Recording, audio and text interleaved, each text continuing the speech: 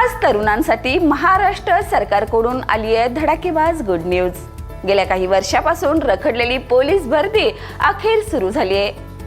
तब्बल 15,000 पदांसाठी ही मोठी भरती जाहीर झाली आहे आणि सर्वात मोठं सरप्राईज म्हणजे 2022 ते 2025 दरम्यान वयोमर्यादा ओलांडलेल्या उमेदवारांनाही या भरतीत शेवटची संधी मिळणार आहे।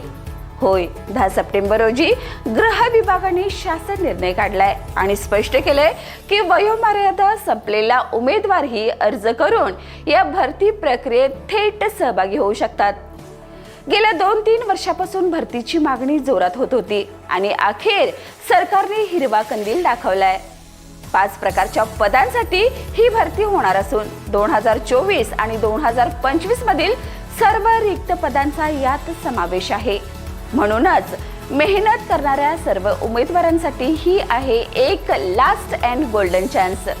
आता फक्त तयारी करा, कारण महाराष्ट्र पोलिसांचा गणवेश घालण्याचं तुमचं स्वप्न साकार करण्याची वेळ आली आहे। या आणि अशाच ताज्या अपडेटसाठी पाहत राहा तारा न्यूज।